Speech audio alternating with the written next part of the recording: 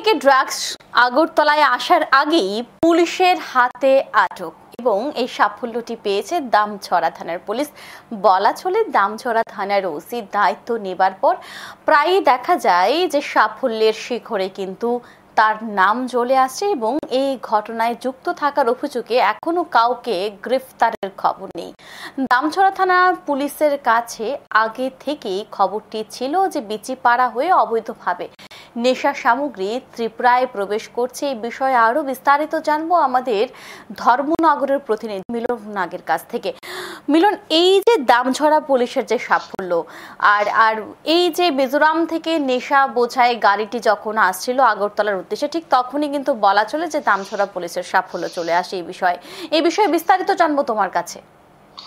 দেখো, সেটা বলা চলে যে দামছড়া দিয়ে মিজোরামের একটা সহজ পথ রয়েছে ত্রিপুরায় প্রবেশ করা। তাছাড়া মায়ানমার হয়ে মিজোরাম হয়েও ত্রিপুরায় প্রবেশ করতে হলে দামছড়া হয়ে একটি শর্ট রাস্তা রয়েছে, যে রাস্তাটা প্রায় সময় নির্জন এলাকা থাকে। সেই মোতাবেক গতকালকে একটি অটো গাড়ি আসছিল মিজোরাম থেকে আগরতলা উদ্দেশ্যে যাব, যতটুকু পুলিশের কাছে খবর ছিল। দামছড়া থানার ওসি সঞ্জয় মজুমদার, ওনার কাছে এক গোপন সংবাদের ভিত্তিতে ওনার সোর্স মারফত খবর আসে। উনি দলবল নিয়ে, পুলিশ নিয়ে সাদা পোশাকে দামছড়া থানার অন্তর্গত বিসিপাড়া এলাকায় বসে থাকেন। সেই সময় একটি ইয়ামা বাইক আসে সামনে, যে গাড়িটিকে এসকর্ট করছিল। পুলিশ দেখে গাড়িটি বেশি দূরত্ব বজায় ছিল না।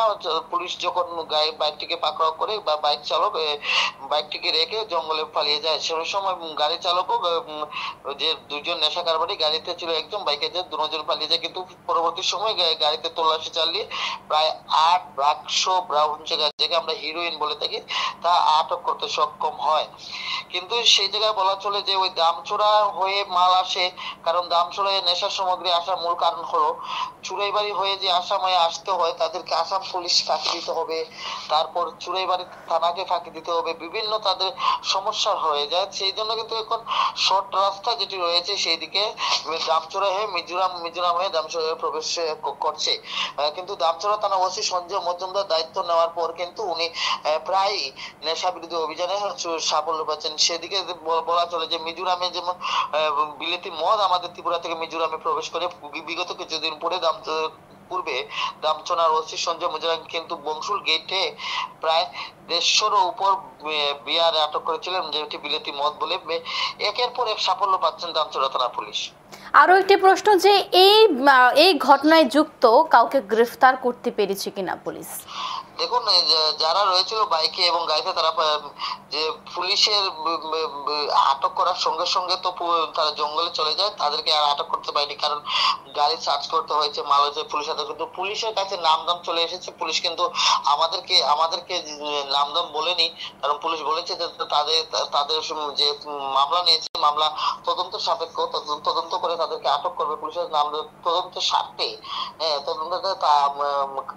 তদন্ত স্বার্থে বলা চলে যে পুলিশ নাম এখনো প্রকাশ করেনি সংবাদ মাধ্যমের কাছে নাম প্রকাশ করেনি। তবে সেদিকে কিন্তু পুলিশ কিন্তু একটা কেস নিয়ে তদন্ত শুরু করে দিয়েছে পুলিশ, তবে কাউকে আটক করতে পারেনি। অসংখ্য ধন্যবাদ মিলন সঙ্গে থাকার জন্য। এই বিষয়ে কি বিস্তারিত আরো বক্তব্য রয়েছে শুনবো একবার।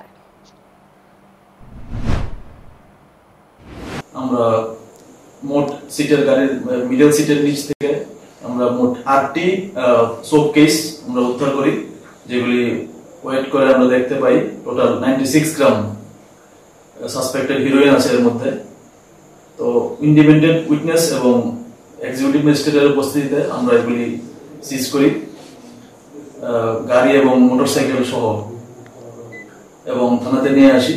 এবং যে অ্যাবসকন্ডিং যে পলাতক যে আসামি 4 জন, তাদের বিরুদ্ধে একটি এনডিপিএস একটে আমরা মামলা নথিভুক্ত করেছি দামছড়া থানাতে। পুলিশ একটি এনডিপিএস ধারায় মামলা নিয়ে তদন্ত শুরু করেছে। এখন সময় বিরতির সঙ্গে থাকুন।